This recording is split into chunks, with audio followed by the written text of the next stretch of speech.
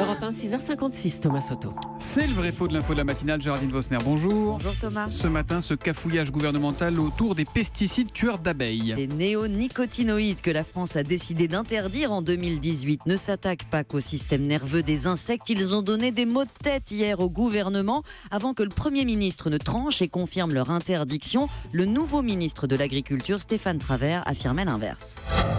Il y a une loi qui a été votée dans le dernier quinquennat qui se trouve aujourd'hui ne pas être en conformité avec le droit européen.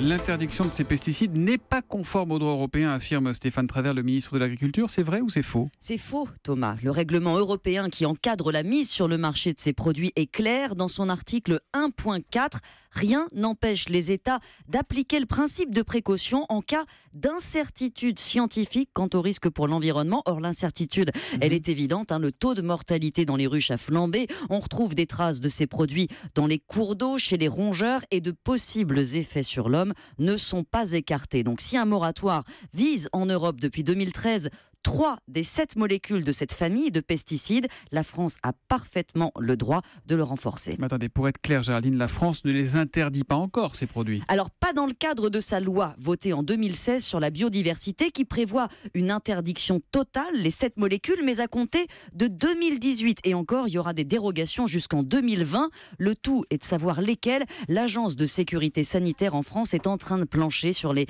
alternatives possibles à ces produits. Elles existent, mais rien n'est arrêté. Les lobbies vont tout faire pour élargir la liste. On les comprend, ces néonicotinoïdes représentent 40% du marché agricole des pesticides. Donc à l'heure actuelle, le seul moratoire qui s'applique, il vient de l'Europe et vise ces 3 molécules pour les cultures du maïs, du colza, du tournesol.